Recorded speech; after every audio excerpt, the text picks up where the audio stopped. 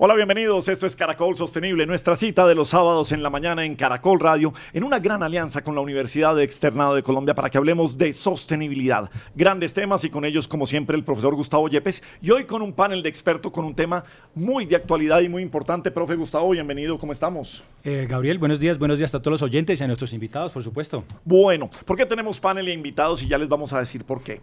¿Y qué tiene que ver esto con la sostenibilidad antes de presentarlos? El próximo martes, ese 3 de febrero, es la reunión tan esperada y que tantas expectativas tiene en Colombia del presidente Gustavo Petro en la Casa Blanca con su homólogo presidente de los Estados Unidos, Donald Trump. Por supuesto que hablarán de la geopolítica, de los momentos de los países, de la situación en Venezuela. Pero hay algo que nos atañe y que tiene que ver con la sostenibilidad. Se enfrentan dos corrientes que piensan totalmente diferente en la transición energética. El drill baby drill, el drill chamo drill, como le están diciendo ahora a Venezuela, también, y cómo es la importancia del petróleo para el presidente Trump, y una mirada muy diferente la que tiene el presidente Gustavo Petro de la minería extractiva y del petróleo. La importancia de esto y esto, ¿qué tiene que ver con la sostenibilidad, profe?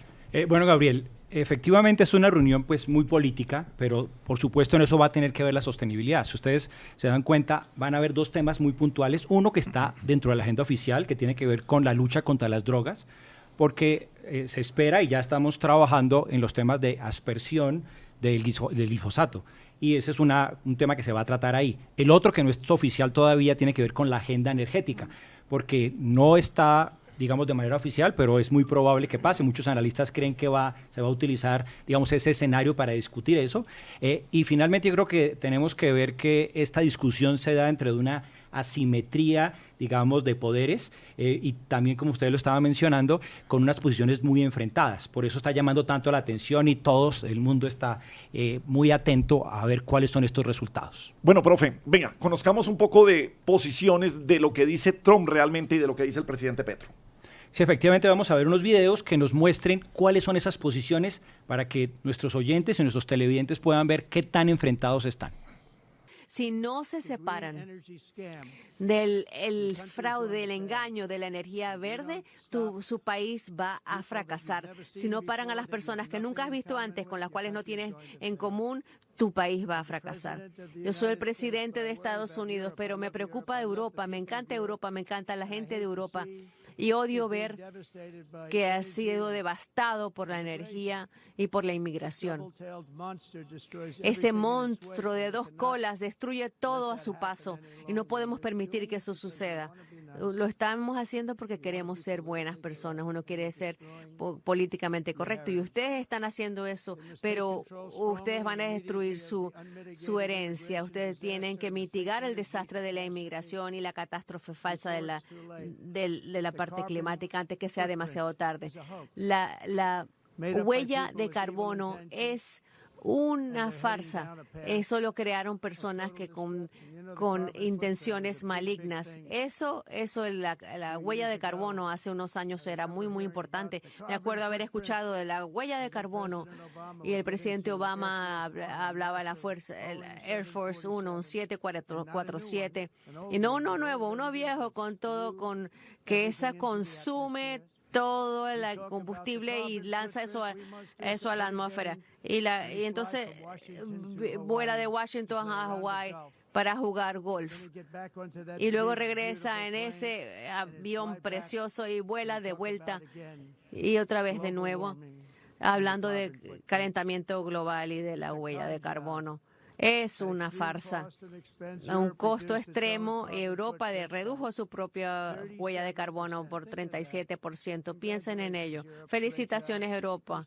Buen trabajo. Ustedes les costaron muchos empleos, muchas fábricas que cerraron, pero redujeron la huella de carbono en un 37%. América Latina tiene potencialmente 1.400 gigas de capacidad anual de energía eléctrica limpia, basada en el agua, el viento y el sol.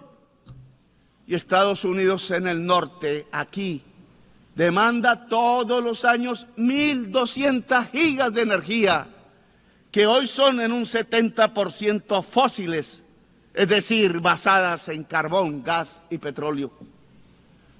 América Latina, si desarrolla su potencial de energía limpia, podrá limpiar toda la matriz de energía fósil de los Estados Unidos. Oigan eso. Solo falta el dinero y se produciría el mayor aporte a la superación de la crisis climática, hoy casi sin pasos adelante. Entre el potencial de energía limpia y la enorme esponja absorbente de la selva amazónica, América Latina sería la vanguardia humana que podría dar el primer paso cierto y contundente para salvar la vida del planeta y a la humanidad toda. Solo se necesitan 600.000 millones de dólares. Pues bien, queríamos que fuera en primera persona y ahora sí procedo a nuestros invitados del día de hoy. Sandra Vilarde es bióloga y ex viceministra de Ambiente. Sandra, bienvenida a Caracol Sostenible, ¿cómo estás? Hola Gabriel, muchas gracias por la invitación y además me parece fascinante este tema. Bueno, Guillermo Pérez, un gran experto en sostenibilidad, nos acompaña también en esta mañana. Guillermo, bienvenido, ¿cómo estamos? Muy bien, muy complacido de estar en tu programa y gracias a Gustavo también. Bien, y uno de los gremios que precisamente se ha visto afectado, y cuando digo afectado es para bien, para regular y para mal, con todo lo que está pasando en el mundo, es Carlos Cante, es el presidente de la Federación Nacional del Carbón, Fenalcarbón. Carlos, bienvenido, ¿cómo estamos? Gracias, Gabriel, un saludo y pues por supuesto siempre dispuestos a hablar de sostenibilidad y de geopolítica. Exactamente, tenemos mucho de qué hablar. Sandra, voy a arrancar precisamente por una bióloga y ex viceministra de Ambiente. La transición energética es una realidad, realidad de la que no está, o sea, el gremio del carbón sabe que tiene que haber una transición energética, el gremio del petróleo, las petroleras en todo el mundo. Pero estamos hablando además de una transición energética justa. ¿En dónde está esa mitad entre dos posiciones tan radicales como la que puede ser la de una izquierda radical frente a esto que tiene el presidente Gustavo Petro y la del presidente el presidente Donald Trump? Pues Gabriel, yo creo que es muy importante reconocer que efectivamente la transición energética antes del tema político ya está sucediendo en lo técnico y efectivamente en los gremios hay un reconocimiento de lo que está sucediendo. El Acuerdo de París hace ya una década nos hizo una claridad muy importante y de ahí se han estado haciendo ajustes muy importantes que no podemos desconocer. Claramente eso debería haber ido acompañado de una manera mucho más estratégica y mucho más fuerte, asociada a una transición de las finanzas públicas.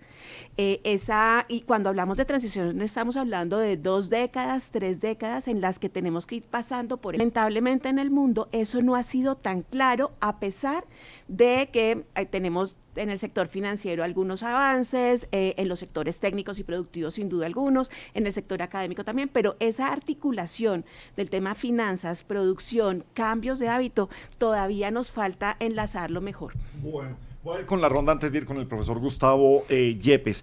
Guillermo, también lo que usted espera o lo que cree que puede pasar en un enfrentamiento tan grande de ideologías respecto a esta transición energética y al petróleo en este caso.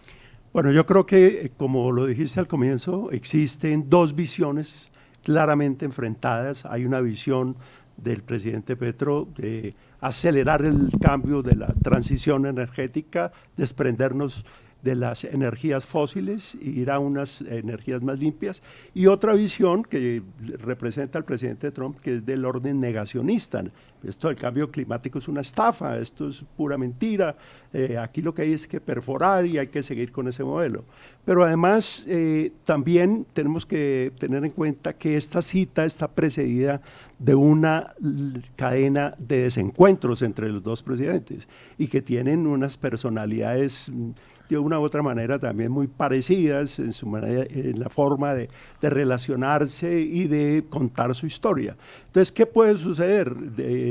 Yo pienso que si uno lo mira con cierto grado de realismo, van a salir bien las cosas por una razón, porque son dos pragmáticos. Tanto el presidente Trump como el presidente Petro son pragmáticos. Okay. Y ese pragmatismo que los lleva a mirar más los intereses que la ideología, a concentrarse en los negocios. Y yo creo que ahí hay de por medio mucho en juego y van a tener que mirar con realismo, ser altamente pragmáticos, y eso puede llevar a que las cosas salgan relativamente bien para Colombia sobre todo. Bien, Guillermo. Carlos Cante, presidente de Fenalcarbón. Carlos, ¿qué expectativa tienen desde el gremio del carbón de lo que puede hacer esta reunión? Y también, ¿qué cosas buenas ustedes ven de lado y lado respecto a lo que tiene que pasar con una transición energética? Bueno, digamos, esta reunión es importante por el choque de dos visiones. Yo creo que va a ser muy difícil la comunicación por el solo hecho de que el presidente Petro no habla inglés, pero lo que va a plantear el escenario es lo que representa Donald Trump en términos de un país que tiene una economía 70 veces superior en términos de PIB a la economía colombiana, que por supuesto basa su crecimiento económico en combustibles fósiles, que tomó la decisión siendo uno de los mayores emisores de gases de efecto invernadero y de CO2, más de 16 veces per cápita las emisiones de CO2 de un estadounidense con respecto a un colombiano. Tomaron la decisión en este gobierno, después de que se había comprometido el gobierno de Biden a reducir en 50% sus emisiones a 2030, dijeron, nos salimos del Acuerdo de París, drill baby drill, está hablando también del la que beautiful, que es el drill chamo drill. No. Y habla drill, también, chamo, Gabo, drill. del beautiful and clean coal. O sea, es un país que produce, hoy es el mayor exportador de petróleo del mundo, 13.6 millones de toneladas produce, está exportando en productos petroleros 20 millones de barriles promedio día equivalentes. En materia de carbón, a pesar de que ha reducido desde los años 70 a la mitad la producción de su carbón, hoy son 500 millones de toneladas frente a un país que produce 60, 70 millones de toneladas. Pues la discusión realmente es totalmente dispar, y seguramente yo estoy totalmente seguro que el presidente Trump no va a dejar que eso cope ese tema que seguramente le interesa mucho al presidente Petro, cope la agenda, porque va a ser algo muy concentrado en temas de seguridad, muy concentrado en lo que realmente le preocupa a Estados Unidos. Bueno, profesor Gustavo Yepes. Bueno, yo aquí tengo una inquietud que me parece muy importante, porque no estaba, como habíamos mencionado, dentro de la agenda los temas de transición energética ni de petróleo. Ok, pero muchos creen que se puede incluir, como lo estaba mencionando Carlos. Guillermo, tú acabaste de escribir un artículo para El País, precisamente hablando de esa relación y de qué podría pasar. Ya conocemos todos desde el 87 el perfil del señor Trump con su libro ese de The Art of Deal, ¿no? Y que lo utiliza al pie de la letra, o sea, lo tenemos claro cómo lo utiliza. ¿Tú crees que eso va a ser también una realidad, que va a comenzar a presionar un poco al presidente Petro para, digamos, mover su agenda energética, hacer lo que tal vez retome otra vez la exploración y la explotación del petróleo? Bueno, yo creo que la pregunta del millón es ¿cuál es el valor de Colombia frente a los intereses del presidente Trump específicamente? Uno mira a Venezuela y dice, es claro, el petróleo, el oro, los recursos, las tierras raras, mira a Groenlandia y 3/4 de lo mismo, pero yo no tengo muy claro cuál es el valor de Colombia para el presidente Trump. Tengo una hipótesis que puede ser un valor geopolítico. Venezuela no tiene garantizada la estabilidad y no se puede, y aquí pues hay personas expertas en el tema, no se puede explorar ni explotar minas ni extraer petróleo telepáticamente. Eso hay que ir al terreno, y cuando vayan al terreno van a aflorar todos los problemas que tiene Venezuela, porque eso es un polvorín. Entonces yo pienso que el valor de Colombia es un valor geopolítico. Es mejor tener controlada, calmada Colombia, por si se desestabiliza Venezuela. Pero eso es una hipótesis. Lo interrumpo, Guillermo, pero sobre lo mismo y excusas. Pero fíjese que lo primero que hizo el presidente, aunque son dos situaciones diferentes, es llegar a Venezuela a cobrarse por derecha lo que ha perdido o lo que han perdido las petroleras en ese país. Y eso es lo que está diciendo, hey, estoy incautando los barcos y estoy negociando precisamente para devolver lo que han perdido. También tenemos unas realidades políticas y económicas de petroleras de Estados Unidos abandonando Colombia y también perdiendo dinero. Es ahí en donde yo creo que puede en la conversación haber algo de esa negociación introducir que nunca se le va al presidente Trump. Siempre está buscando cuál es el beneficio, o en este caso buscando lo que para él es lo más justo con lo que ha pasado con las realidades de este gobierno. Sí, seguramente eso puede estar en la agenda, pero reitero, no tengo muy claro cuál es el valor de Colombia, el interés que puede despertar para el presidente Trump. ¿Qué le interesa de Colombia? ¿Le interesa el gas? ¿Le interesa la posición geopolítica? ¿Le interesa las esmeraldas? No tenemos claro, y ese es uno de los problemas que veo que nosotros no hemos resuelto como país internamente, y que es necesario conversarlo aquí entre todos para decir, mire, nosotros valemos en el mundo por esto y vamos a hacer valer nuestro interés nacional. Ahora, ahí hay más cosas en juego. Hay una agenda también del presidente Petro de resolver un tema personal que me parece legítimo. Él fue incluido en la lista Clinton. Eso, como lo plantea en el artículo que tú citas, Gustavo, equivale en los términos de la Edad Media estar en la lista Clinton a la excomunión. Es decir, no, el muro de la infamia. El muro de la infamia. Sí. Y eso es legítimo que él busque, bueno, ¿y cómo me salgo de este tema? Es que no le pueden ni pagar el sueldo. Mañana sale de la presidencia y no tiene cómo abrir una cuenta bancaria en ninguna parte del mundo. Entonces, ahí es donde el gran negociador es Trump. Pero ahí tiene una pregunta muy interesante. Lo va a apretar. Porque lo que plantea Guillermo es que plantea Colombia, ¿no? ¿Qué valor puede generar? Y ahí es donde voy con Carlos. Digamos, ser de un sector que es muy controvertido en la actualidad. Genera cierto tipo de valor y es criticado por otros. ¿Cómo piensan y cómo están moviendo ustedes esa perspectiva estratégica hacia el futuro? Porque un tiempo antes de la guerra de Ucrania, pues estaba viniendo totalmente, digamos, a la desinversión por, digamos, las tensiones que están generando en Europa. ¿Cómo lo están viendo ustedes ahora con el presidente Trump y qué esperan hacer eso del futuro? Lo que pasa es que yo creo que el mundo se ha enfrentado y se ha estrellado con una realidad, Sandra lo planteaba, y es que cuando empieza toda esta agenda de acción climática promovida mucho desde la posición cómoda de los países ricos de Europa, a tratar de asumir a futuro unos compromisos de acción climática que implicaban unos recortes enormes que inclusive están hablando hace mucho tiempo del phase out, es decir, acabar con el consumo de carbón. Cuando las economías se están dando cuenta que están perdiendo competitividad, que los procesos industriales se están trasladando hacia otras regiones que no les interesa en lo más mínimo el tema de transición energética o que lo están haciendo a su modo o a su ritmo y que se desindustrializaron como le ha pasado a Europa, como le ha pasado a Alemania. Miren el cambio de gobierno y de tendencia ideológica en Alemania es precisamente producto de eso, pues han empezado a hablar de, ok, hagamos un alto en el camino, la transición energética como la estábamos visionando debe ser distinta y más bien el mundo está hablando hoy de adición energética, porque el consumo de energía a nivel global y sobre todo el consumo de energía eléctrica no para de crecer y cada vez va a crecer más. Luego, la matriz energética global ha ido variando en términos de consumo, pero también ha ido variando en términos de regiones que hoy demandan cada vez más energía. Pero la sostenibilidad... el principal centro de consumo del mundo no es el Mediterráneo, pero no es la Europa. Sostenibilidad nos lleva a energías limpias, Carlos. Claro, mucho avance en materia de energía limpia. Si usted mira, por ejemplo, la matriz de Estados Unidos le va a decir a Colombia, yo tengo una matriz mucho más diversificada que la suya.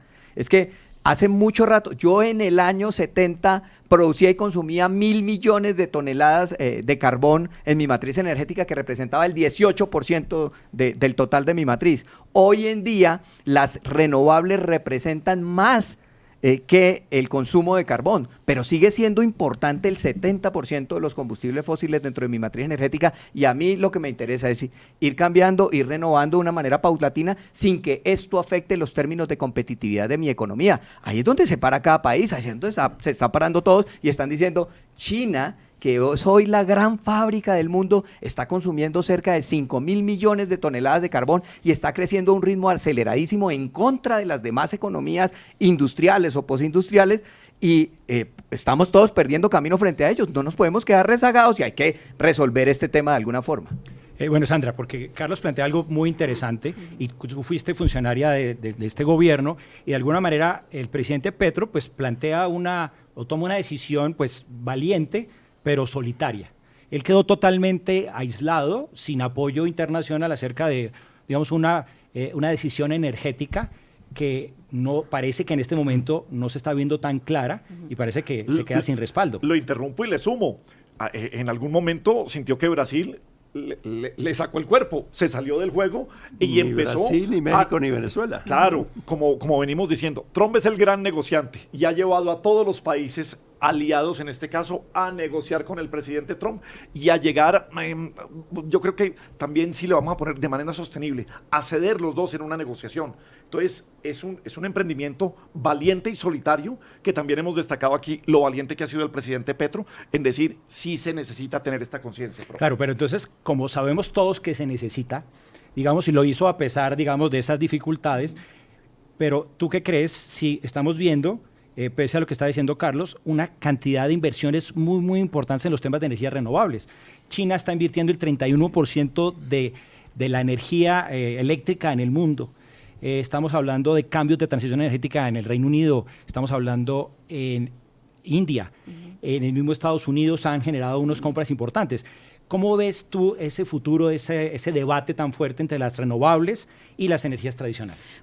Yo creo que es muy importante no seguir como polarizando también este tema de la transición energética, precisamente en ese reconocimiento de que ya se están haciendo cosas, inversiones desde todos lados, ¿no? China, Estados Unidos, India, o sea, como los grandes ya están ahí en esa transición. Entonces, yo creo que no vale la pena seguir insistiendo en una polarización. Lo que necesitamos con claridad es poder tener la hoja de ruta más clara de la transición, que de nuevo, insisto, no solamente es un tema de una transición tecnológica, sino sobre todo una transición financiera y una transición del consumo y de la eficiencia del uso de la energía. Y ahí, por ejemplo, nos está haciendo falta cosas. Creo que hay cosas en el gobierno que, bueno, esto hacía más parte de la cartera de Minas y Energía que la de Ambiente, pero bueno, tú sabes que desde Ambiente tuvimos muchas reuniones precisamente para poder reconocer lo que ya se estaba haciendo, pero sin embargo, entendiendo que esta transición se nos va a demorar unas 2 o 3 décadas, por lo menos. Lo cierto es que el calentamiento global y los efectos climáticos que estamos teniendo hoy con las emisiones que siguen desbordadas, pues lo que van a traer son, pues digamos, incidencias importantes en la seguridad de las personas, de la infraestructura y de la economía. Yo he insistido en un par de artículos al respecto. Es listo. En esta transición en donde vamos a estar conviviendo los combustibles fósiles con los sostenibles, ¿cuál va a ser el recurso financiero asociado a poder fortalecer y disminuir la vulnerabilidad de los territorios, sobre todo los más vulnerables? Porque la atmósfera no tiene fronteras, o sea, las emisiones de China, las emisiones de la India, igual están afectando globalmente y hoy los ecosistemas están conectados. Todo, pero no Gabriel, son individuales, no es la Amazonía aquí, olvidémonos de lo que pasa en el resto del mundo. La ola polar en este momento en Estados Unidos, que tiene que ver con el debilitamiento del vórtice polar, pues lo estamos sintiendo aquí, ¿no? Entonces, la cuestión va más allá de eso, es qué tanto en esta transición estamos entendiendo que la vulnerabilidad aumenta y por lo tanto necesitamos también esos recursos financieros. En alguna columna yo lo escribía, estamos vendiendo el riñón para pagar la diálisis. Okay. Bueno, interesante. Bueno, hablemos también de nuevo de cómo piensan diferentes maneras y cómo ven el mundo y las transiciones energéticas los dos grandes líderes. Miremos este video del presidente Trump sobre políticas de energía. Todo eso es una locura. El efecto primario de estas políticas energéticas no es ayudar al medio ambiente, sino más bien redistribuir la fabricación y la actividad industrial de los países en desarrollo que siguen las reglas locas que se han hecho a los países que contaminan, que rompen las reglas y que están ganando una fortuna. Están ganando una fortuna. La electricidad europea es de 4 o 5 veces las facturas más costosas que en China y 3 veces más altas que en Estados Unidos. Y las de nosotros están cayendo. Quizás lo hayan visto, los precios de gasolina también han caído. Tenemos una expresión que decimos, perfora, baby, perfora. Drill, baby, drill. Y vamos a hacer mucho, han bajado en los últimos años. Por ello, cada aire acondicionado, no es común ver uno así en alguno de estos países porque el costo eléctrico es demasiado alto. Mientras Estados Unidos aproximadamente tiene 100.033 muertes por calor, Europa pierde más de 170.000 porque el costo es tan alto que las personas no pueden prender el aire acondicionado. Eso no es Europa, la Europa que a mí me gusta, que amo y que conozco. Todo para pretender que están parando esa farsa del calentamiento global. Es pedirle a las naciones exitosas en que se penalicen para irrumpir en la sociedad completamente y eso tiene que parar inmediatamente. Por eso que en Estados Unidos pasamos por eso no me salí del Acuerdo de París, ese falso. Y Estados Unidos estaba pagando más que cualquier otro país. China no tenía que pagar hasta el 2030. Rusia le daban todo el estándar muy fácil. Bueno, discurso del presidente Trump en Asamblea de Naciones Unidas. En contraposición a esto, ¿cuál es la solución energética que plantea el presidente Petro en el siguiente video? La solución es dejar de consumir carbón, petróleo, gas, hidrocarburos y pasar rápido al agua, al sol, el hidrógeno verde, los vientos. Pero la palabra descarbonización suena ahora subversiva en las conferencias de los grupos de países poderosos, el G7, el G20 y en Davos, los mega ricos. Como hace 5 siglos sonaba subversiva la palabra democracia aún aquí en Nueva York, en Cartagena, en Bogotá o en París y mucho más en Madrid. Esos dineros de los que hablo aquí, 600 mil millones de dólares, 1.200.000 millones, son en 1 o 2 ceros mayor que la cifra que prometieron los países desarrollados dar y que son limosnas. Y no cumplieron desde la COP de París, porque no les interesa la descarbonización. Y es en 3 ceros la demasía de la cifra sobre los exiguos préstamos de la banca multilateral, que son eso, pura limosna inocua. Lo que no puede ser el discurso que tengamos en las discusiones diarias desde los gremios, desde el medio ambiente, de los expertos en política, es seguir con la polarización, que es creo que el denominador común, que no queremos llegar a extremos que no se puedan encontrar. Pero aquí desde tantas áreas yo estoy que me paro al frente y veo cómo se agarran entre ustedes y defienden tanto lo que dice Trump como lo que está diciendo el presidente Petro. Profe, su inquietud hacia dónde quiere que llevemos, porque no nos queremos quedar solamente en la geopolítica, en la charla, sino aterrizar lo importante que se reúnan 2 países como Colombia y Estados Unidos y esto que nos interesa, hablar de sostenibilidad.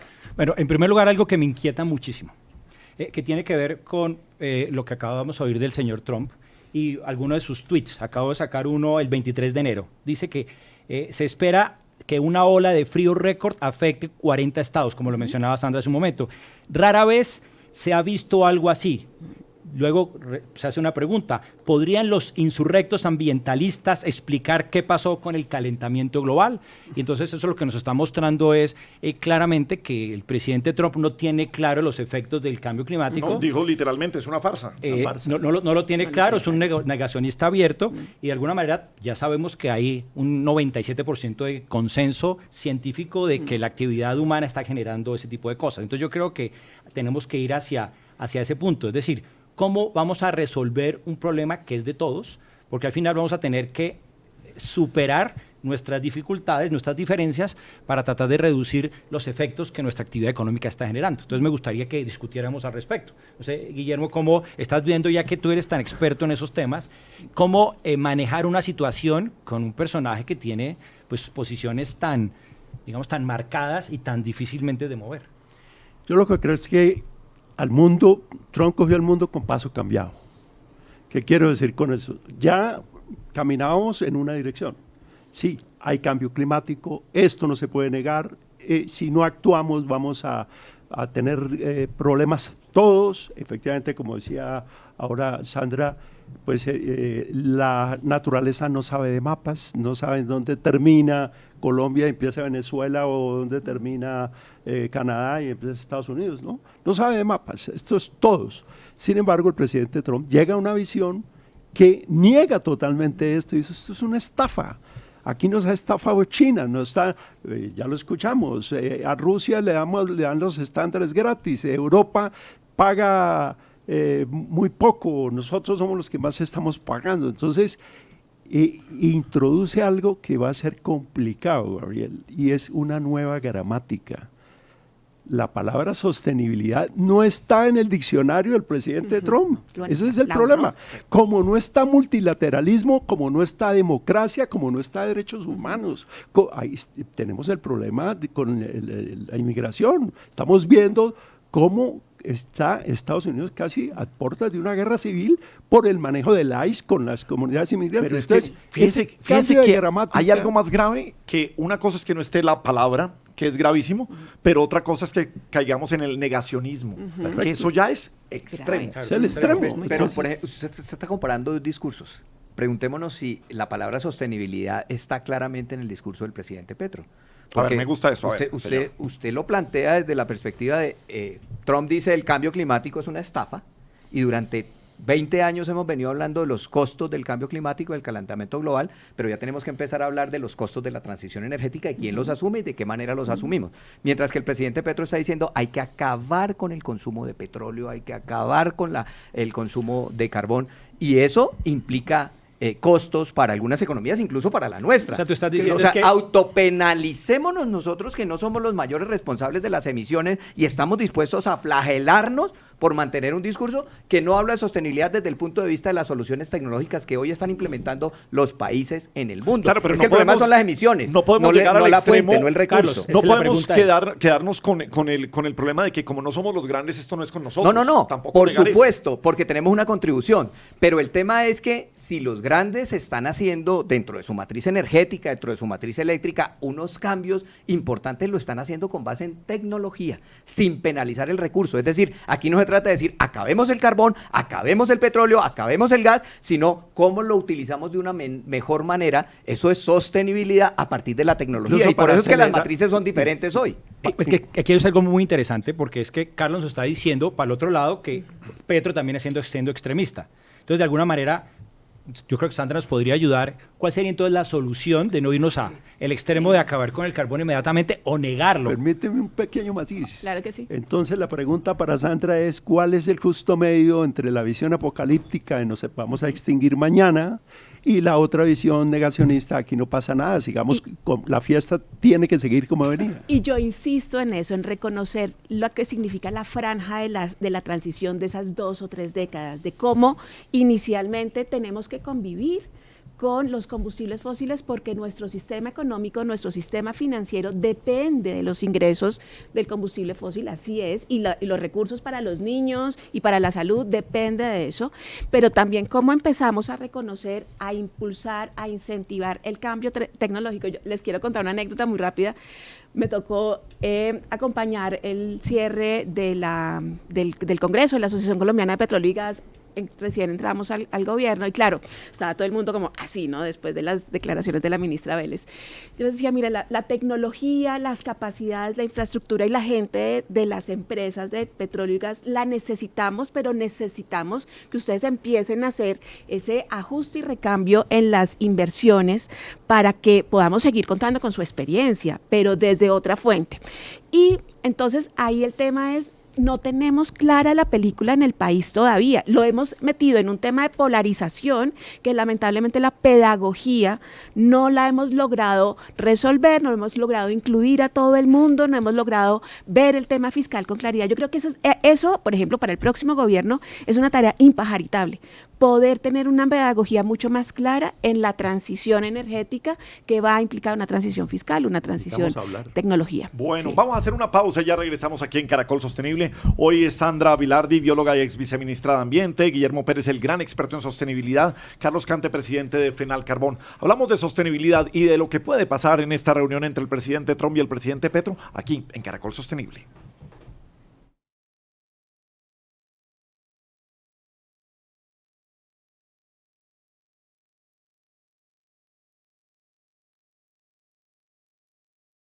Aquí estamos, seguimos en Caracol Sostenible, nuestra alianza con la Universidad Externado en Caracol Radio. Hoy con Sandra Vilardi, bióloga, ex viceministra de Ambiente, profesora en la Facultad de Administración en la Universidad de los Andes. Carlos Cante, que también es ex viceministro de Minas y presidente de FENAL Carbón. Y este gran analista y experto, Guillermo Pérez, el día de hoy. Bien, estamos analizando hoy qué podría pasar si se extiende una reunión y da para hablar de combustibles fósiles, de petróleo, de sostenibilidad entre el presidente Gustavo Petro y la reunión del próximo martes y el presidente Trump en la Casa Blanca. Al respecto, sobre energías renovables y sobre combustibles fósiles, ¿qué piensan los dos presidentes? La energía es otra área en la cual Estados Unidos ahora está floreciendo como nunca antes. Nos estamos deshaciendo del el nombre falso que se llamaba renovable. De paso, eso es un chiste, no funciona. Son muy costosas, no son suficientemente fuertes como para que las plantas arranquen. El viento no sopla, esos molinos de viento, esa energía eólica es patética. Se tienen que reconstruir todo el tiempo, se pudren, se oxidan. Es la energía más costosa jamás concebida y es una energía que supuestamente uno debería ganar dinero, no perder dinero. No pierde dinero, el gobierno tiene que subsidiarlo, no se puede hacerlo sin grandes subsidios. Y muchas se construyen en China, muy bien, porque ellos las construyen y no tienen esas granjas de molinos de viento. No lo usan, ¿por qué? ¿Por qué? ¿Qué usan? Usan carbón, usan gas, todo, pero no les gusta la energía eólica, pero sí, por supuesto, le encanta venderla. Europa, por otro lado, tiene un camino por recorrer porque muchos países están a punto de ser destruidos por la agenda de energía verde. Y le doy mucho crédito a Alemania porque Alemania iba por un camino enfermizo, tanto en inmigración como en energía, y iban a cambiarse a energía ecológica verde. El nuevo liderazgo llegó y volvieron a donde estaban antes, con combustible fósil y con la energía nuclear, que es buena, es segura ahora y se puede hacer de manera apropiada. Pero volvieron a donde estaban antes. Abrieron muchas plantas de energía, plantas de producción de energía, y les está yendo muy bien. Les reconozco muchísimo a Alemania por eso, porque ellos pensaron que era un desastre lo que estaba pasando. Todo iba a ser verde, ecológico, y todo era una bancarrota. Eso es lo que representa. Y no es políticamente correcto. A mí me van a criticar mucho por decir esto, pero estoy aquí para decir la verdad. A mí no me importa realmente. Saben que unir la energía limpia de América Latina y África a las economías fósiles del norte no solo descarboniza el planeta, salva del colapso climático, sino que también cambia el poder mundial, el que aquí a veces habla, pero habla todos los días es con bombas y no con palabras. Lo vuelve. La descarbonización vuelve al poder una democracia global y cambia las relaciones de producción porque aparece primero la vida y la humanidad como prioridad sobre la codicia. La codicia es el veneno de la vida. Bueno, pues es parte de los discursos de los presidentes, ser redundantes para que el mensaje quede muy claro y así mantienen esas políticas con las que llegaron al poder. Profe, aterricemos de nuevo en sostenibilidad todo esto. Pues Gabriel, aquí es importante ver que estamos centrando este programa en algo que no sabemos y no está en la agenda si se vaya a dar, pero que asumimos por la importancia que se puede dar y por el interés que ha demostrado el señor Trump sobre el petróleo y todo lo que estamos viendo en particular. Entonces me parece que es importante ahorita poder hablar del futuro, aprovechar este panel para hablar del futuro, qué va a pasar hacia adelante. Estamos hablando que ese multilateralismo se perdió con estas condiciones y están haciendo uno nuevo. Están haciendo un acuerdo de paz paralelo, una nueva reunión de altos mandatarios que están con la paz, entre comillas. Entonces, Guillermo, ¿por qué no nos cuentas un poco cómo ves ese futuro? ¿Será que esas presiones de esos países muy poderosos van a llevar a los otros, obligándolos prácticamente a que olviden ese tipo de nuevas prácticas ambientalistas y tengan que retomar ese camino tradicional? Lo que estamos viendo efectivamente es que Trump está desbaratando el mundo como lo hizo Estados Unidos después de la posguerra. Diseñó las instituciones, diseñó toda la arquitectura financiera, comercial, política, Naciones Unidas, y Trump lo está desarmando y lo quiere hacer a su propia imagen y semejanza. La famosa Junta de Paz no es otra cosa que decirle a la ONU, oiga, usted no sirve, hermano, hágase a un lado que usted no sirvió para este tema, yo le tengo aquí la receta. Entonces, pero hay una cosa que es evidente, necesitamos hablar, el mundo necesita conversar, necesita dialogar para llegar acuerdos. Sin acuerdos, sin cooperación, no puede funcionar el mundo. No es a partir de que alguien dicte de manera unilateral los términos del desarrollo o el comercio, porque así no vamos a ir a ninguna parte. Hay un antecedente que yo quiero destacar acá, que es muy importante y que de una u otra manera tiene que ver con la casa, y es el foro de la CAF. El foro de la CAF en Panamá.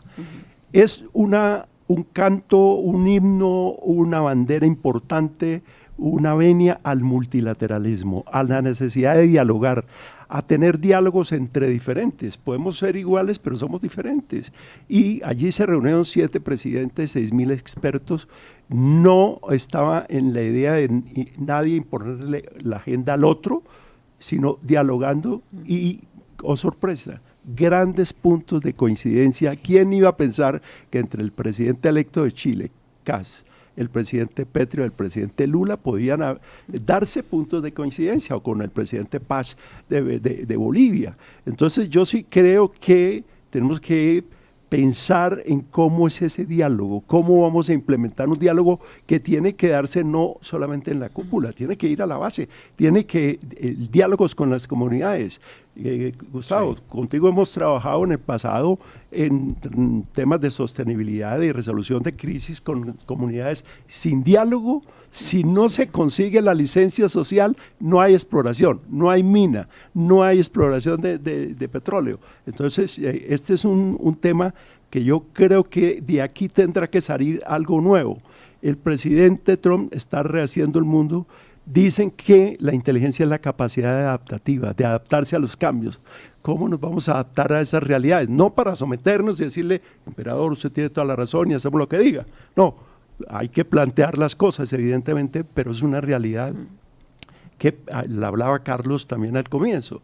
La asimetría tan enorme que existe en estos términos de un diálogo. Estamos hablando entre una superpotencia y una potencia media pequeña, y eso se da en todo el mundo. Entonces, ¿cuáles son los términos para dialogar? Y de acuerdo contigo, Guillermo, de que lo que pasa con la CAF en Panamá esta semana es una gran visión de Sergio Díaz Granados, que no solamente está en una banca de inversión de los países, sino que entabló un diálogo muy importante regional, y de eso se trata. Siga usted, profe. Carlos, ¿cómo ves el carbón en el futuro? Estás enfrentando, digamos, como estás viendo cierta polarización.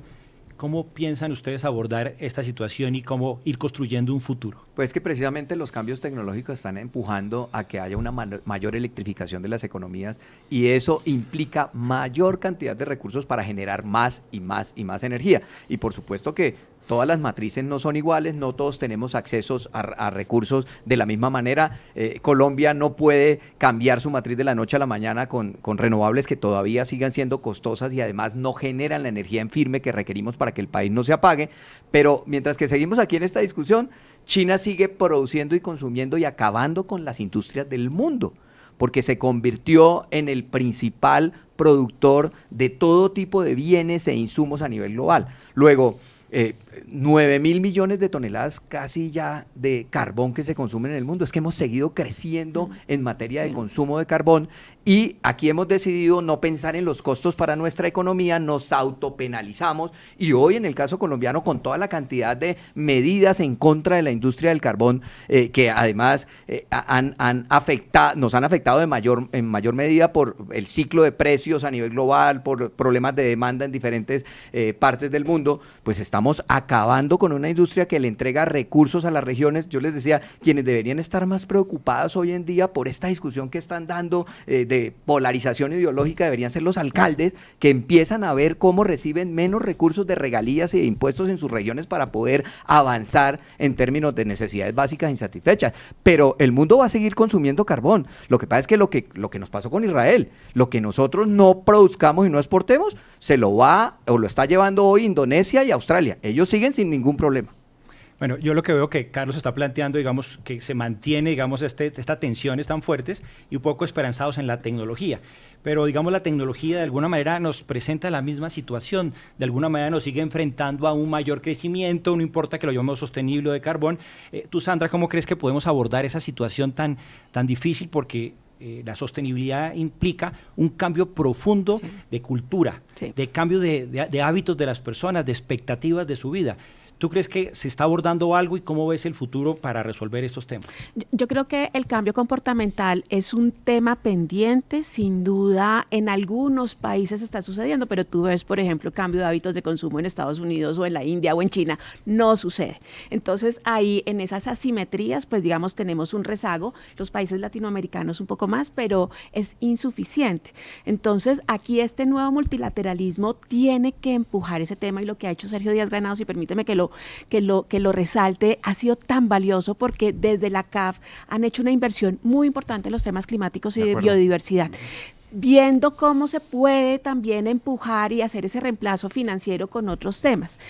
Que o sea, es la... Qué gran relación económica, es fantástico. Sostenibilidad, biodiversidad, sí, una cosa grande. O sea, somos la región más biodiversa del planeta y lo que pasa es que solamente hemos visto la naturaleza como una fuente de recursos y no como una inspiradora de soluciones en temas de diseño, de sustancias. La biotecnología y la economía verde siguen siendo una tarea pendiente. Entonces yo lo que creo es que aquí seguimos, y un poco le pasa al presidente Petro, está en un paradigma muy idealista, pero eso hay que aterrizarlo en el tiempo y no está sucediendo. Necesitamos tener hojas de ruta más claras, multidimensionales, no solamente que nos polaricen, sino que efectivamente puedan involucrar a la sociedad y al sector financiero y productivo. Bueno, siempre este programa termina con de lo absurdo a la reflexión, de tantas miradas, tantos matices que tiene la sostenibilidad. Y finalmente, sobre lo que nos cuente ahora el profesor, les voy a pedir un minuto ya para cerrar a cada uno sobre esa reflexión.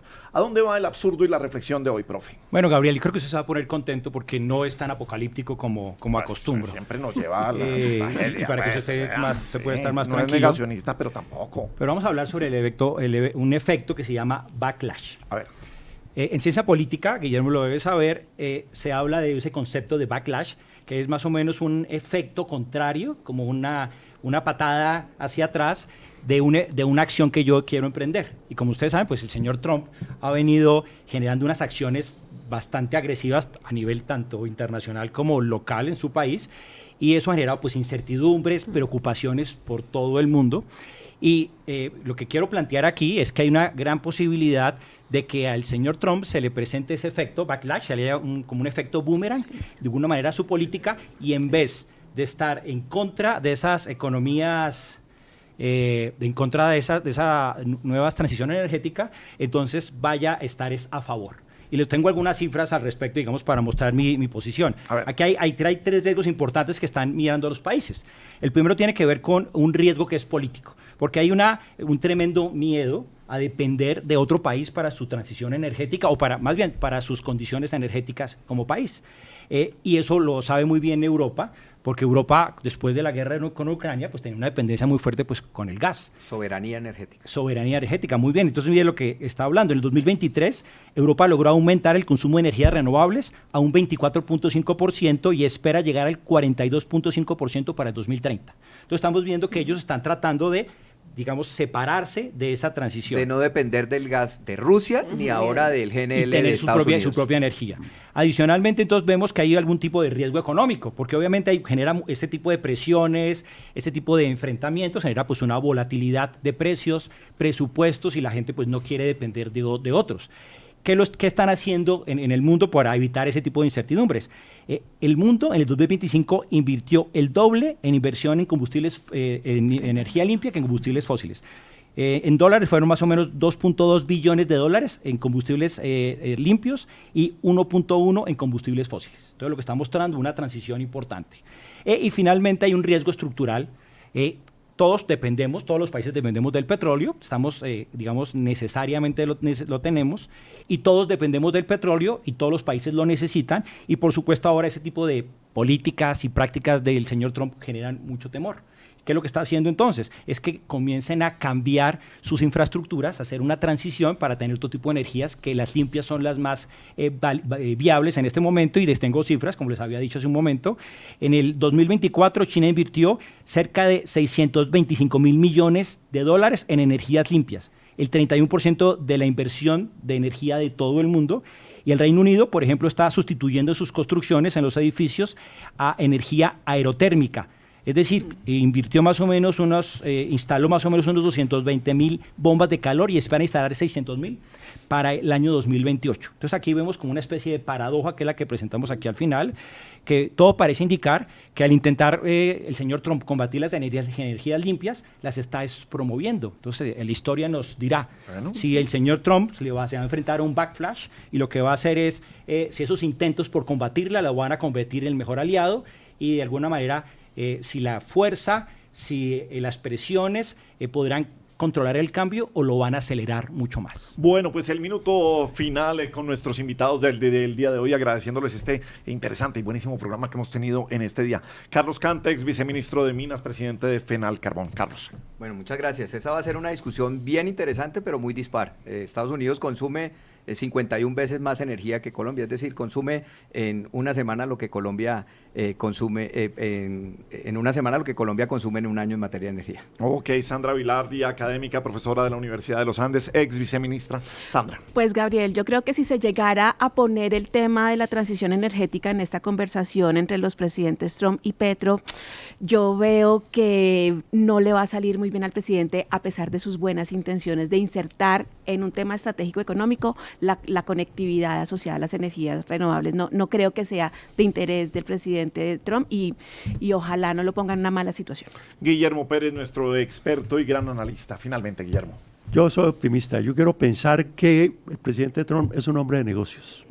Antes que un hombre de Estado, es un hombre de negocios. Lo que no sabemos es cuál es el interés que tiene en nosotros. ¿Para qué servimos? ¿Qué quiere él? Pero creo que la posición de Colombia geopolítica es muy importante. Mire, la definió hace más de casi 100 años Spagman, un internacionalista norteamericano que habló del Mediterráneo americano. Spagman dijo, todos los países que están desde en el arco del Caribe, desde la península de Yucatán hasta el Golfo de Maracaibo, todos estos países están condenados a estar en la órbita de los Estados Unidos. Ese es el Mediterráneo americano. Entonces, si eso es así, y está más o menos ratificado en la famosa doctrina Monroe, este hemisferio, América para los americanos, ya lo dijeron, es nuestro hemisferio, y lo van a mantener y lo van a cuidar, que no entre ni China, ni Rusia, ni Irán, ni nadie aquí. Eso es lo que ellos buscan. Ahí Colombia tiene un valor geopolítico muy grande y creo que eso puede orientar y favorecer a que tengamos una reunión positiva, sobre todo para el país. Bien, muchísimas gracias de nuevo a todos, y así cerramos nuestra alianza con la Universidad Externada de Colombia en Caracol Radio de Caracol Sostenible. Un abrazo, bienvenidos siempre y hasta la próxima.